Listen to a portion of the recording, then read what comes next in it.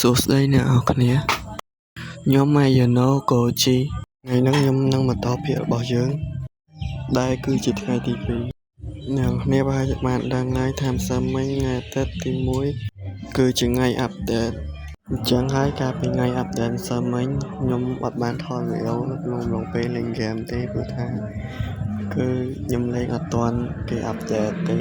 គឺថារត់អញ្ញៃពេញហ្នឹងចឹងហើយអត់ដឹងថាសាច់ការស្អីខ្ញុំក៏បានថតវីដេអូសម្រាប់យកមកធ្វើវីដេអូដែរតែថ្ងៃហ្នឹងខ្ញុំនឹងមកបង្ហាញពីហ្គេមដែលគេបានដាក់របស់លេងថ្មីអញ្ចឹងលេងនឹងយកប្រាប់អ្នកនរគ្នាពីរបស់លេងថ្មីអស់ហ្នឹងចូលមកបោះទី1របស់យើងគឺក្តាបជីកដំណាំ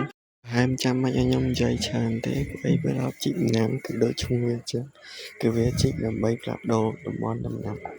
ពីដីមួយទៅកន្លែងមួយទៀតគឺមានន័យថាយើងអាចដូរកន្លែងដំណាំរបស់យើងដើម្បីទៅដាំកន្លែងផ្សេងបាន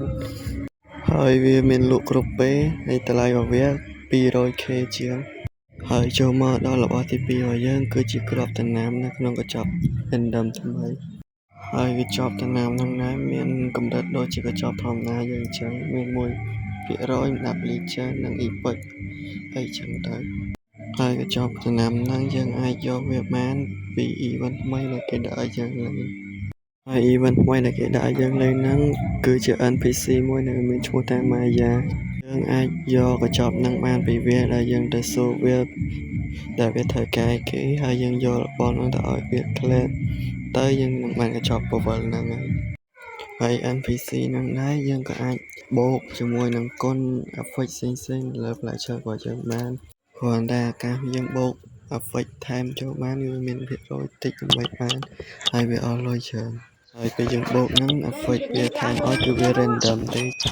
ហើយរបស់បន្ទាប់ហ្នឹងគឺជាគ្រាប់ពូជថ្មីដែលគេដាក់ដូចនៅ shop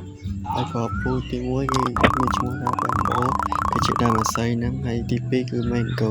គឺជាផ្លែស្វាយហ្នឹងហើយនេះគឺជាទិដ្ឋភាពការប្រយ័ត្នយ៉ាងសាមញ្ញដែលគេអាចមើលឯងបានអាចនិយាយឯងបានទេ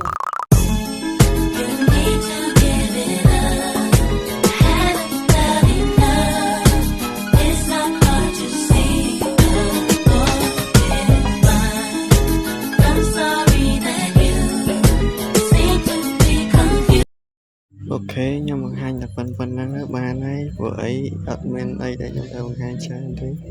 ព្រោះថាវាមានតែមុខអេតមានតែប៉ុណ្្នឹងអីតែប៉ុណ្្នឹងហើយមានថែមរបស់ free របស់អីនៅក្នុង game ដូចជាការ update ផ្សេងៗទៀតហ្នឹងហើយបើអ្នកគ្នាចង់ដឹង update លើក្រោយអ្នកគ្នាសាកចូលមកលេងខ្លួនឯងមកហើយវីដេអូរបស់ខ្ញុំក៏ដល់ទៅទីចប់ធំហ្នឹងបើសិនអ្នកគ្នាចូលចិត្តកុំភ្លេចចុច like និង subscribe ខ្ញុំអ្នកមួយផងដើម្បីខ្ញុំមានកម្លាំងចិត្តធ្វើវីដេអូតទៅទៀតពីខ្ញុំអាយ៉ាណូជប់សិនហើយបើអ្នកគ្នាចង់ដឹងពីកូដក្នុងហ្គេមហ្នឹងក៏មកប្រាប់ខ្ញុំមកចាំវីដេអូក្រោយចេញហើយ